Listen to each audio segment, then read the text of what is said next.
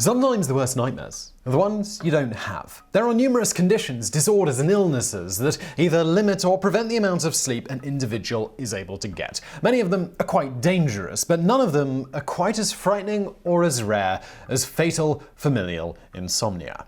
Prion diseases are a category of rare, fatal brain diseases that can strike both humans and animals. The disease hits the nervous system and it impairs essential brain functions, which can cause memory loss, decrease in intelligence, personality, and behavioral changes, and insomnia. It is caused by an altered, mutated PRNP gene inherited from a parent that manifests itself in misshapen protein cells that can pop up in brain tissue. In humans, there are 5 known prion diseases: Creutzfeldt-Jakob syndrome, variant Creutzfeldt-Jakob syndrome, Gerstmann-Straussler-Scheinker syndrome, Kuru, and fatal familial insomnia. There are 6 known animal prion diseases, including bovine spongiform encephalopathy, or more commonly known as BSE, or mad cow disease. The first known prion disease to be identified was in the 1730s, when sheep and goats in Great Britain started to come down with a mysterious illness that caused them to be irritable, lose weight, and become uncoordinated.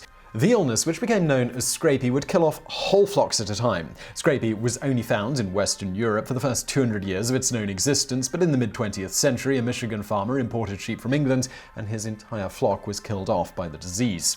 Today, only Australia and New Zealand are known to be free from scrapie. Like all prion diseases, fatal familial insomnia, FFI, is caused by a change or mutation of the PRNP gene, which allows it to clump together in the thalamus region of the brain, eventually destroying the cells there. The thalamus region controls sensory and motor skills, as well as regulation of consciousness and sleep. The mutated PRNP gene eats holes in the brain, giving it a sponge-like appearance. This can lead to the inability to sleep, which gets progressively worse over time, and when sleep is achieved, usually the people have very vivid dreams. Signs associated with REM sleep have even been observed from EEG readings taken while the victim is awake. Essentially, they are so sleep-deprived they enter a dreamlike state when awake. Other symptoms associated with FFI include a lack of controlled movement or coordination, as well as personality changes. Depending on the severity of the symptoms, it is either fatal within months or it could persist and get a lot worse for a few years. The normal lifespan, once diagnosed, is 12 to 18 months, and it always leads to death.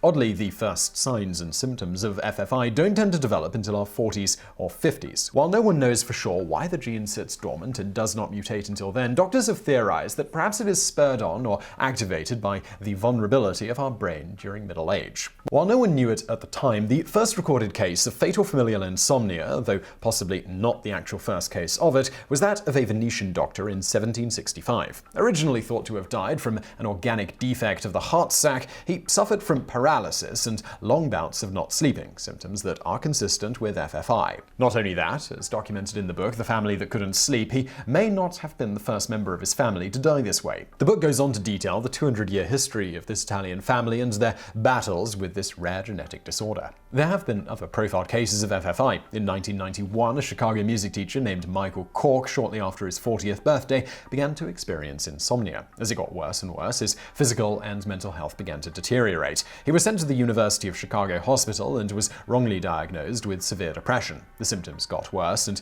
Cork became unable to sleep at all. Eventually, doctors induced a coma. In the end, Cork died 6 months after the symptoms began. Some years later, his case was featured in the BBC documentary The Man Who Never Slept. It is also unclear if there were others in Cork's family who suffered from this disease. Another interesting story is the one of a Vietnamese man called Thai Ngoc. In 2004, he claimed that he hadn't slept for 31 years since 1973 after being stricken with a bad fever. Despite over 11,000 sleepless nights, he claimed that he suffered very little ill physical or mental effects. Some have claimed that Ngoc is proof that fatal familial insomnia isn't always fatal. Others, primarily doctors and experts, have claimed that Ngoc is actually sleeping, he just doesn't know it. According to Dr. Wadwa, some insomniacs don't know the difference between sleeping and being awake and engage in very brief micronaps throughout the day. Now for a bonus fact. While many people fear flying, nobody seems to fear sleeping in a bed. Yet in 2013, just as an example, according to the Aviation Safety Network,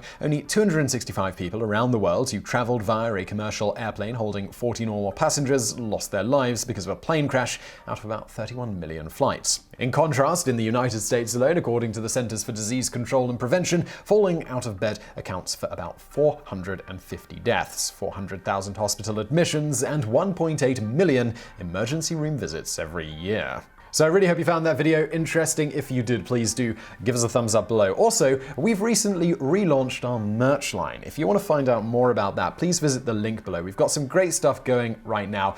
Basically, I'd also like to make more cool stuff. So if you've got ideas that you think would work for merch on this channel, we're working with a really good company who can be flexible about this sort of stuff. So maybe leave me a comment below, or better yet, hit me up on Twitter. I'm at Simon Whistler, or on Instagram, also at Simon Whistler. It's a little less crowded. I tend to see all of my tweets. I'm pretty good at getting back to them. So go over there, let me know what you think. I'd really like to make this a sort of fan-driven thing, and yeah, hopefully this will be fun. So do all of that. And as always, thank you for watching.